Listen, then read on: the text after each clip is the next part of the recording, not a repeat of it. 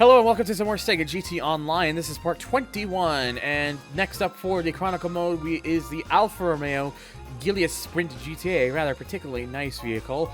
Now, since I've already used red in the last part, I am not going to be using it this time. We're going to go with the black, because I think this vehicle looks alright in that color, just personally. So, with that, let's jump right into it. Again, you already know the deal. We already know what the first track's going to be because it's always this same track. Of course, there's our faker. And away we go. The Giulia, at least, admittedly, does at least have a bit of go. But what it also has is a lot of tail happiness. This is definitely one of the more loose cars so far.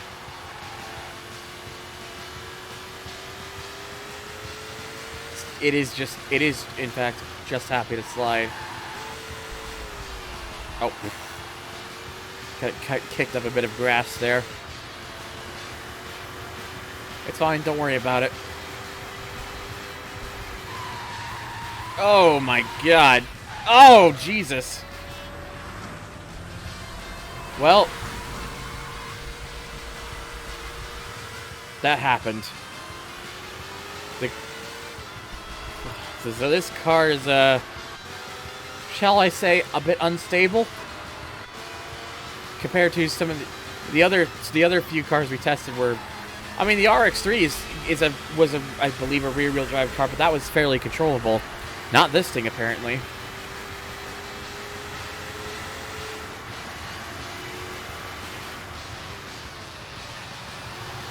So I gotta be a bit more careful with this vehicle as a result.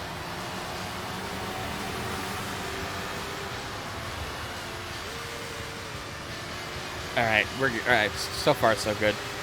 See, we're already caught right back up. So this thing definitely will not top out at 111. This thing will actually go quicker than that. Thankfully, that's like the one issue with that OG Celica is that it's got such a low top end.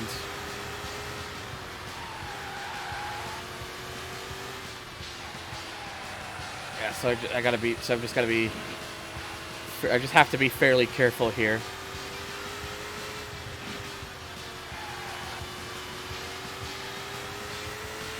I guess Sega GT's Clio V6 seems to live on in a different car. No.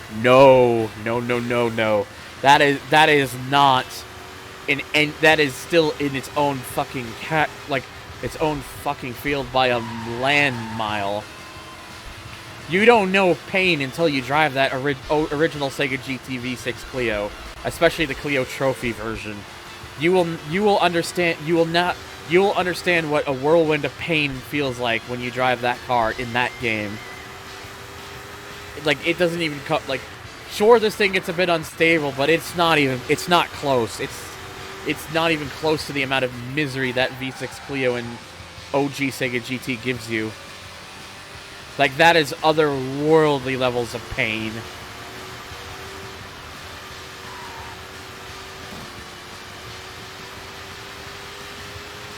I learned the original Sega GT was a joint effort with Toes.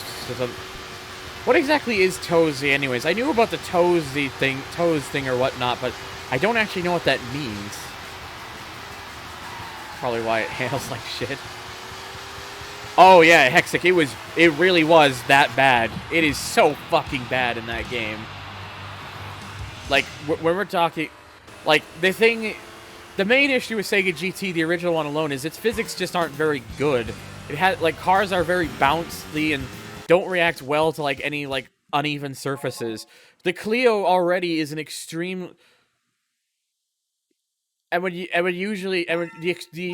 Clio is a mid-engine car, rear-wheel drive, and even the NSX in that game, and even the MR2 especially as well, those vehicles are exceptionally slippery and very hard to get any traction with. So imagine taking those up on tracks with already a questionable physics engine, and the cars are that slippery. They basically want to kill you. And the Clio was the worst at it. It was so fucking bad. Like, it practically, on any track where there's any sort of elevation changes, it's practically nearly impossible to keep that thing straight. You basically have, the best solution to that is you have to drive the car in manual transmission and purposely keep the car on very high gears whilst also just keeping off the throttle. That's how bad it is. Because if you don't do that, you will die.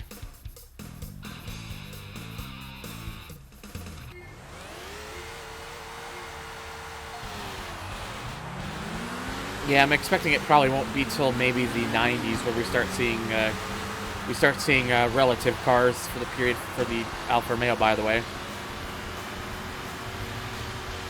Oh yeah, that's even worse. The AI just drives it like as if nothing's wrong. So they basically have superhuman ability with the car.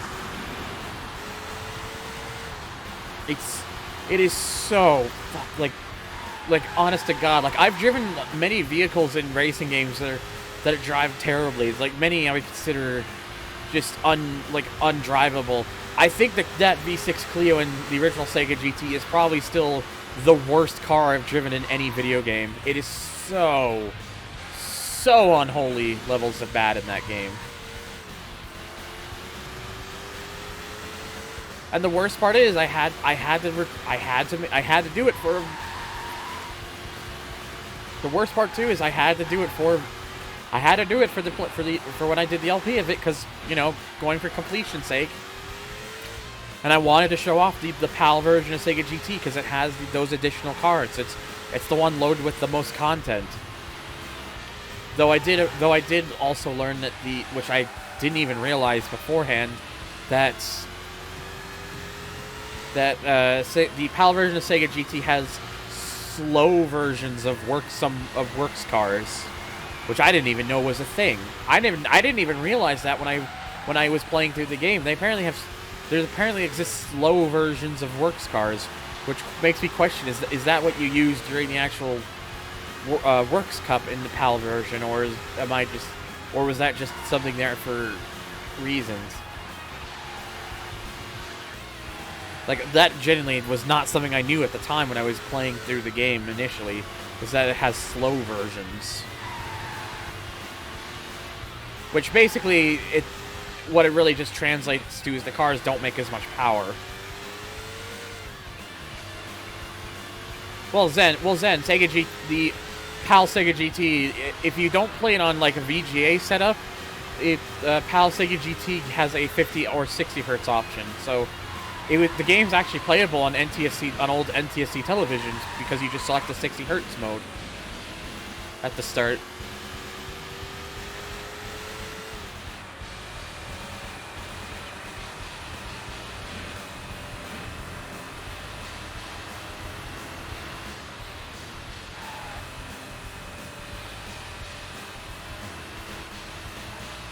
I mean, the Clio Trophy is fast in OG Sega GT. It's just undrivable.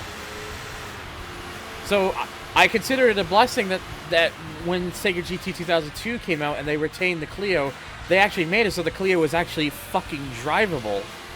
Like, the Clio in this game is like night and fucking day. It's way, way, way better in this game. Like, in this game, it's actually fun to drive because it actually is fairly responsive, and sure, it's a little slippery, but you're able to keep grip with it pretty well. Oh man, fucking RF cables! What a talk about a time from the past. Talk about a blast from the past that I never want to go back to. RF cables were the worst. Because like. Because where I was, for example, RF cables, like, hey, you like whatever's on channel 3, and maybe maybe when you pause, you want to watch a bit of TV and then go back to the game. Well, you better hope what you wanted to watch was not on channel 3, because channel 3 is now your game.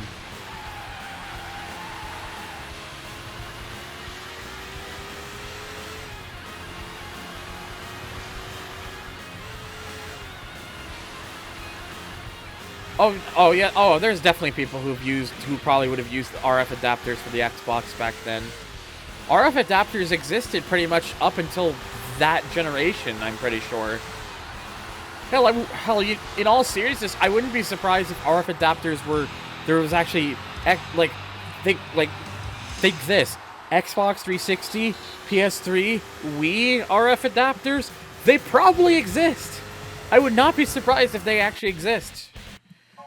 Anything after that, no, it's completely dead. They're never coming back, but I would not be surprised if they technically exist for those consoles as well.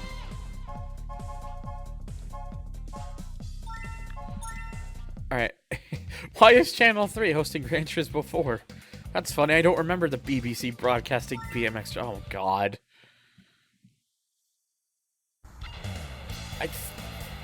Imagine a new Sega GT with the Karaziri and just including all the content. Oh, I mean, if Sega... I mean, I would just call that Sega GT Definitive Edition. Just have Sega GT... You just have Sega GT, like... You take all the aspects from the original game that were gone, you bring them back, you bring back all the original cars and tracks, and then you add them to this game, and then add the hidden stuff from this game, and finish, and as well as that missing track. There you go, Sega GT Definitive Edition. I mean, I think the working title name that me and Zed have called this modded version would be, what, Sega GT Special Edition? Everyone! Rezi with the raid of 11. Thank you so much, my dude. I hope your stream went well. Rezi, good buddy, old pal of mine. My name is Thunder. I do a lot of car stuff, as you can see. We're doing some Sega GT Online right now. Rezi is good boy material, so hope you enjoyed his stream. But if you're just here to watch him, then again, thank you for checking him out.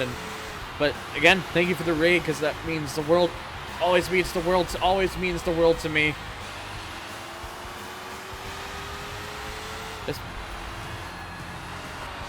So right now, I'm trying to now that I finally put some damn better tires in this Alfa Romeo, it doesn't want to really kill me as much. That thing was so bad without the better tires, because I actually managed to spin the car out once.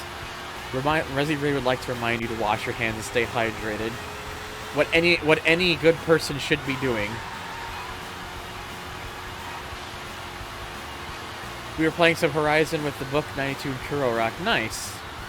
I haven't been on Horizon 4 in a while. I need to actually get on that game again at some point, but I think I've been burnt out because I used to play the games a lot, so I've not been on it for the last few updates, so I'm missing quite a few cars now as a result. But I'll probably go back on it at some point, honestly. Okay, so that's done. So now we're out of the 80s. We can head into the 90s. Alrighty. See what we got. So let's go ahead and put the turbo on it, because it'll make this thing notably quicker. It'll take me to probably exactly where I expect it'll take me to. Yep. Ooh. Apparently the relative car this time is a 190E. Yeah, because that makes total sense. God, the 190, I fucking love the 190E, because it's the 190E Evo 2, the best 190E to ever exist. Don't at me. Yeah, plus the thing too is I could probably just go on the...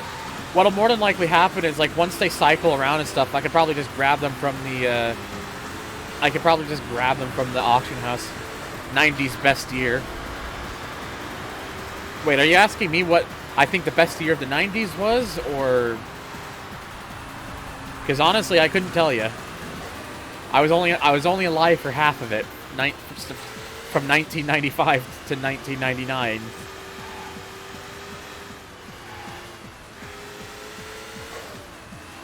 There was a Supra you just passed. You were right. It's not the only time. It's probably not going to be the only time we see a Supra as well. Hint, hint.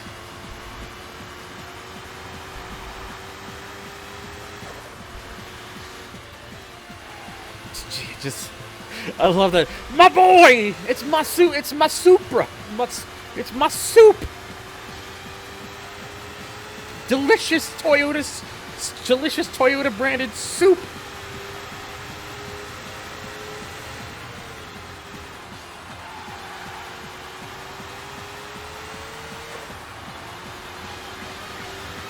Holy crap, we're like kicking their asses right now.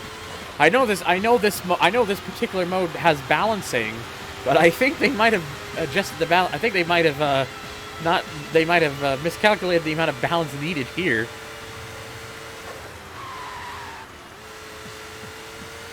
Oh yeah, the tracks honestly could have been a bit better, like in terms of environmental stuff and detail, but they're still fine. They're not. They're like they're better than some other games out there that I've seen, even from around the same time period.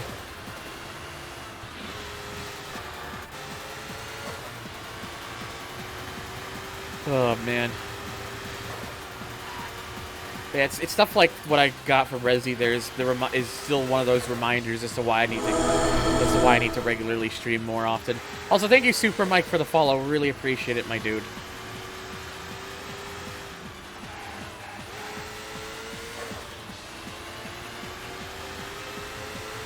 Is anything better than Special Stage Route X? Yes. Ah, yes, the massive, the very long cucumber-shaped high-speed track.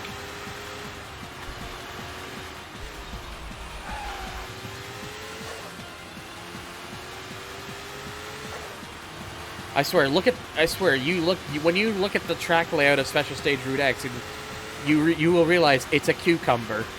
And you'll probably not be able to unsee that ever again.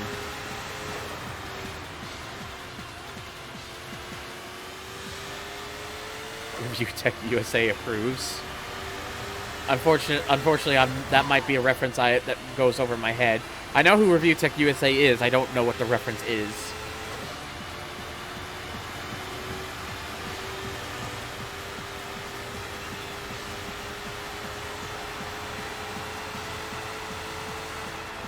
Oh, he does a lot of cucumber gags. Oh, shows you how much I watch him, which is, I don't really.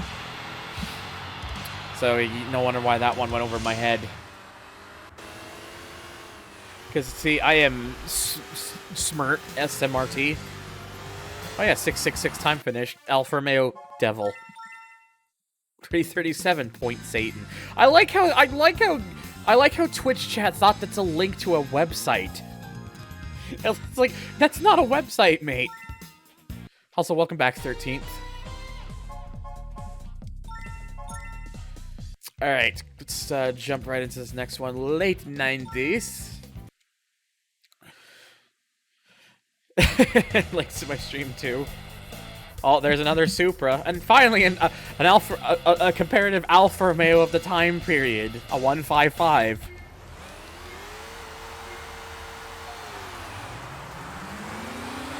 Snort. I have no... What? Oh, I get what you're trying to do there. Snort. I have knowledge. It's an Evo 5 in white as well. I swear, like the white, like Evos in white just work really goddamn well in that color. Like white for me in the Evo 5, white or red, like those are the two colors that really like pop for me with that car. Black as well is a pretty decent color. Although of course my favorite Evo 5 color is still the blue one that you get as a prize car in Gran Turismo 3. People want to go about their yellow Evos, now mate, blue Evo 5. That's the true champion.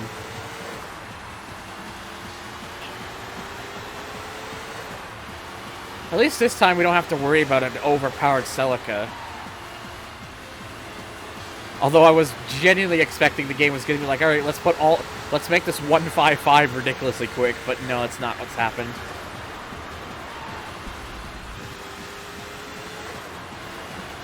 I mean, that's totally fair, the book, but I will still maintain the semi-unpopular opinion that the Evo 5 was the best Evo. and not because of that dumb, stupid meme. That's genuinely always been my opinion, even as a child. Let's troll the modder by slapping the Veilon in. Ah, yes. Imagine we just get to like the final race, like the 21st century race, and I'm in the Honda S600, and you just see BGA Veilon.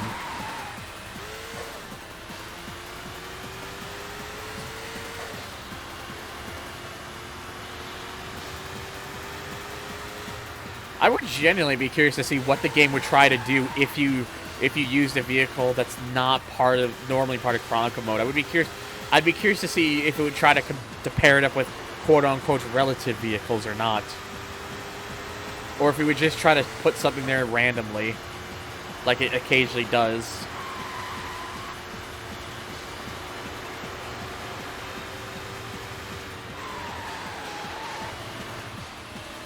White is good, but Evos in red are like peanut. But Evos in red are like peanut. Well, yeah, of course, like that. I totally get that. Oh God, not just that, Franco. Like if it like a ground effect Accio, but under the hands of the AI by the time you're in the second season of Sega GT mode. Shit.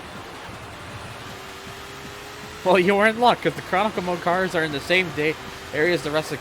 So literally, the game just calls for just calls for certain vehicles when it needs it.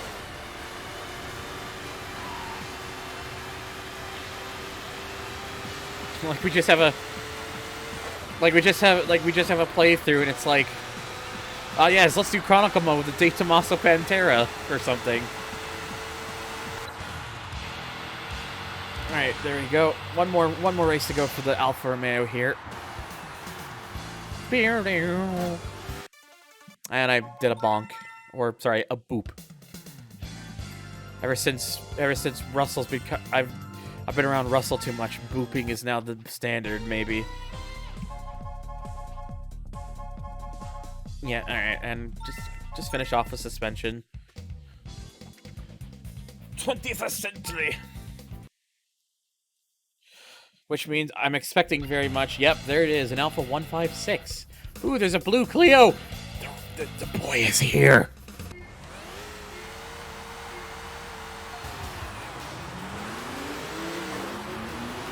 He is there.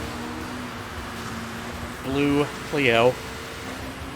Also no Exceed this time, which is nice.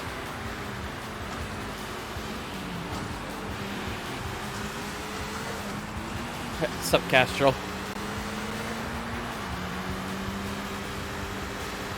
For those of you who... So for those not understanding, the Blue Clio is a bit of an inside joke thing with me and Zen for the most part. Like, he's our... Like, the Blue Clio is our he's their meme, unlike the GT40.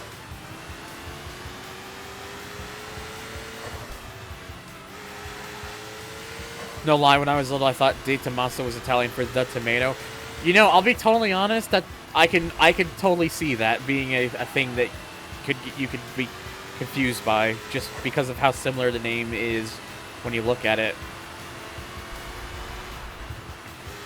Oh yeah, this game's car list is pretty good. Like, even the original Sega GT had a pretty good car list, and then online just added like a whole bunch of new vehicles, and it got even better. I know, it is unforgivable.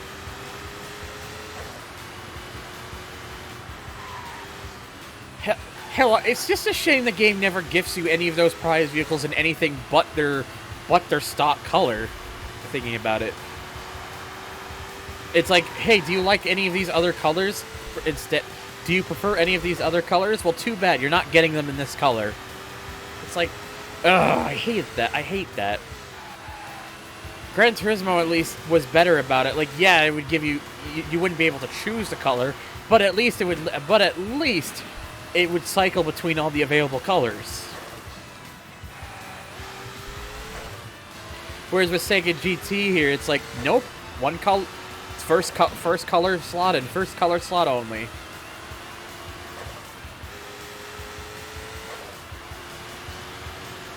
Yes, really not sure why Opal was cut from the first game.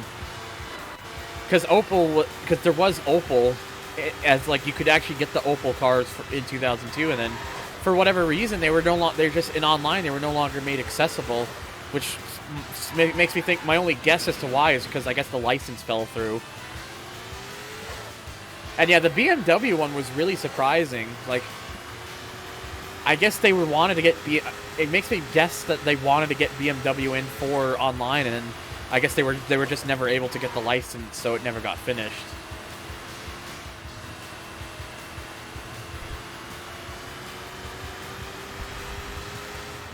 Would have been nice though, because you know,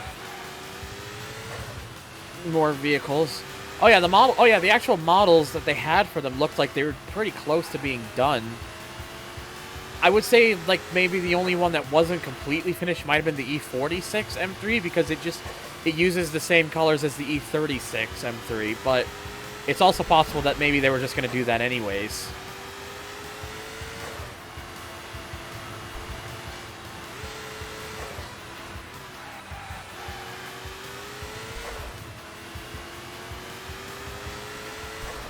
Also, Jesus Christ, you see, I am so far ahead right now. So far ahead.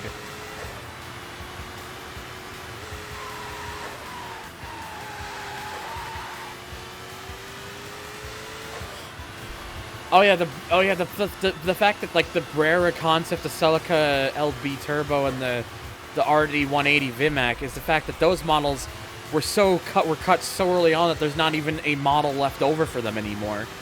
It just uses a 180. It just uses like a 180 SX like as like a placeholder body. It really is unfortunate that those models were never finished. It does make me wonder if there is actually any leftovers of the body, and that instead the game just calls for like the 180 SX bodies so that it doesn't crash or something. Although I somehow maybe doubt that. That's just a stretch theory, I guess. Time to fly to Tokyo to Sega. Like anyone there who's currently with the team is going to know what the fuck I'm talking about. Anyways, cool beans. We won 449 on the nose on that one.